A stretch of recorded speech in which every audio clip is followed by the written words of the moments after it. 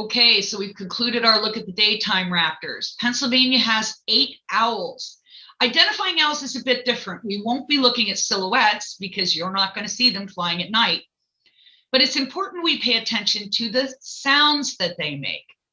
Every owl in Pennsylvania has a different look and a different sound. Most can be identified without ever seeing them. What we're going to do is we're going to present them from the smallest to the largest, which means we start with the saw-whet owl. This is the smallest owl in Pennsylvania. It only weighs 3 to 5 ounces, and it's about the size of a small dove.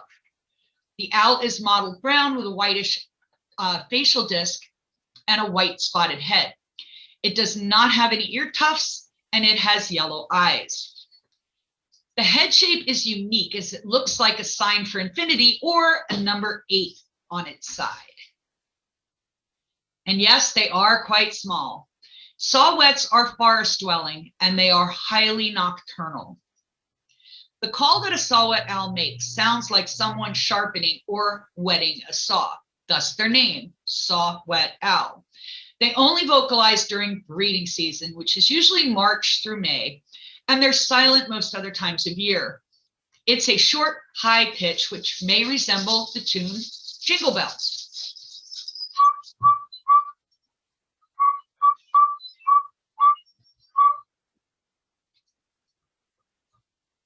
The saw-whet owl can be found in northern Pennsylvania year-round, and it even nests in our state. The pink areas are breeding areas, and they can be found there year-round. The southern counties in blue might only see them in the winter when they migrate south. The babies are very round and compact and look completely different from the parents. The juveniles are distinctive with very dark heads and contrasting white triangles or a Y on their forehead. Why am I the smallest owl? Juveniles also show rich, buffy underparts. I warned you of stupid jokes. Our next owl is quite common in Pennsylvania. It's also named for the sound that it makes. The eastern screech owl has prominent ear tufts or horns and yellow eyes. It comes in 2 different color variations, the gray and the red phase, although we occasionally have seen a very rare brown color. And most owls are camouflaged, and they're the masters of camouflage, but none is better than the screech owl. During the day, they're often found sleeping in their hollow nests and completely blend in with the tree bark. They have several different vocalizations.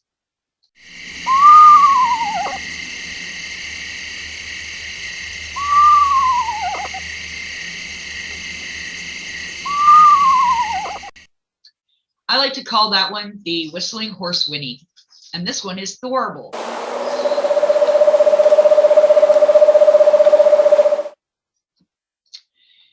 As you can see here, the size of the nestlings, they are like fuzzy ping pong balls. This mother and her chicks came in. The mother had a head injury. All were rescued, and they are growing up and doing beautifully at Red Creek. As they grow, they go through this stripy, downy phase. Tiny bumps on the top of their head indicates future horns.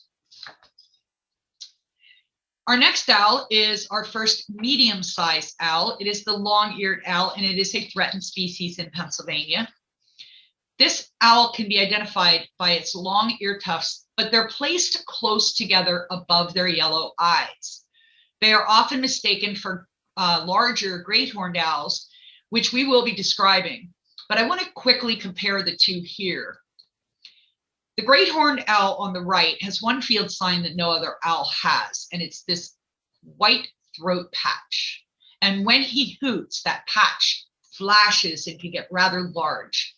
The long-eared owl may have a slight white line that is part of its facial disc, but it is nothing like the large patches seen in the great horned owl. Also take note where the horns are set.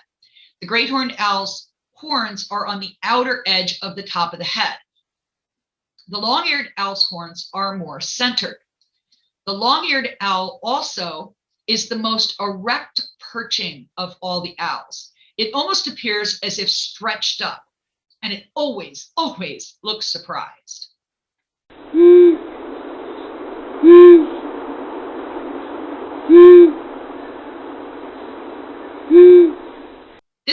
first of our true hoot owls. As you could tell by our first two, not all owls hoot. This is a single repeated hoot, and he can do it anywhere from 10 to 200 times in a row. The long-eared owl's ear tufts are black with buff or orange fringes. The face has two vertical white lines between the eyes that resemble an X. Another medium-sized owl in Pennsylvania is the short-eared owl. It is similar in size and weight to the long-eared. It's about the size of a crow, but with a completely different look. It also has ear tufts, and they're set very close together right above the eyes, but they are so short, sometimes you can't even see them at all. If the long-eared has the most erect posture, the short-eared owl has the most leaning posture. It leans forward so much that at a distance, it can be mistaken for a hawk. In this picture, you can see a hint of those short ear tufts, and this is about as long as they get. Short-eared owls also hoot, but honestly, their hoot sounds more like a monkey call.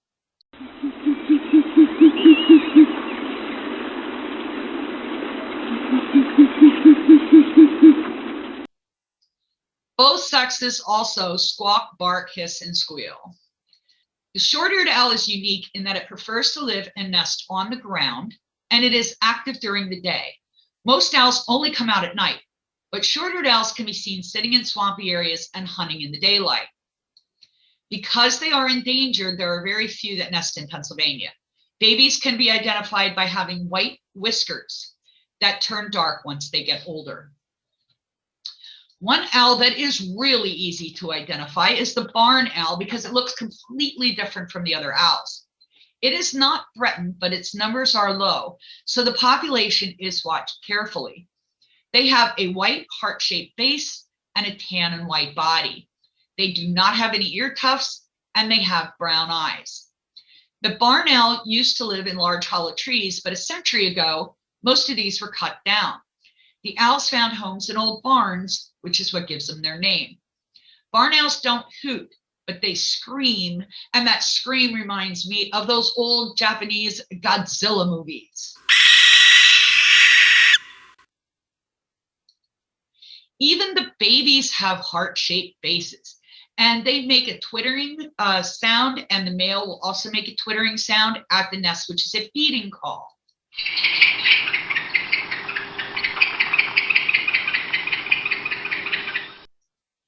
But they quickly grow into the aggressive Godzilla-type birds that can fill the barn with the scariest and most eerie of sounds.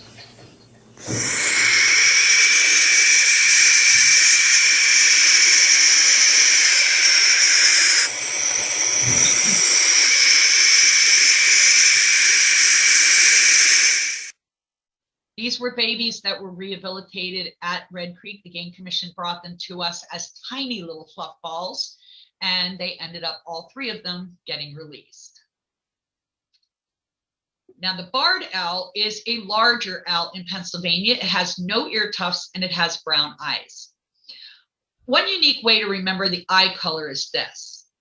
In Pennsylvania, there are only two species of owl with brown eyes, the barred and the barn. And both of those owls, their name begins with the letter B, and so does brown, begin with B. All the other owls in Pennsylvania have yellow eyes, and none of those begin with the letter B. So inside Pennsylvania, if the owl begins with B, it's going to have brown eyes. You leave Pennsylvania, that no longer holds true. The barred owl is named for the vertical stripes down the chest called barring.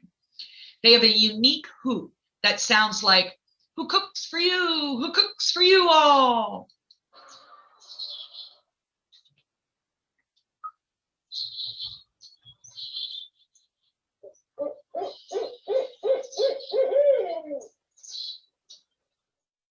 The largest owl that lives in Pennsylvania year-round is the great horned owl. It is also the largest owl with ear tufts or horns. It can be identified from other brown owls with horns by, once again, that white throat patch under its chin. Great horned owls have yellow eyes. This is Gabriel, our educational great horn, who this year turned 28 years old. Great horned owls also hoot, And they have a lot of different sounds that they make also, but their hoot is highly recognized and usually the one people think about.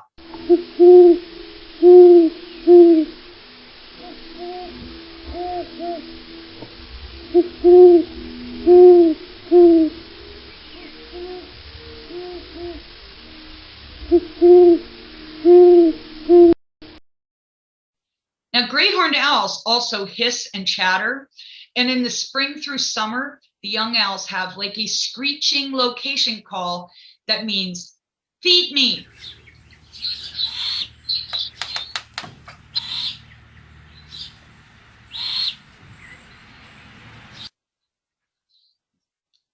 Great horned owls have one of the very longest nesting periods of any bird. Babies take 3.5 months before they can fly. They're buffy colored with fuzzy horn bumps that will become their horns and have very large feet. The babies often leave the nest early and they can be found perched on low branches or on the ground. There is nothing wrong if you find one. This is natural and the parents are still caring for them. The eighth and our last owl in Pennsylvania is also the largest and one of the most striking. The snowy owl has no ear tufts and it has yellow eyes. A few of these birds fly south in the winter so that they're only seen here November through the winter months. The full white owl is a mature male, and we don't see many of these in Pennsylvania at all. What we do see are the females and the immature males. These are white with varying amounts of brown speckling and brownish gray barring. The juveniles look very similar to the females. As with all of your birds of prey, the females are larger and stronger, as you really can see the difference here. In owls, the female often will be a head size taller than the males. Now, only the male owl vocalizes, and only during breeding season, it barks like a dog up on the tundra. So, now that you know all the different owl sounds, if you have a quiet winter night where you hear nothing, that's a snowy.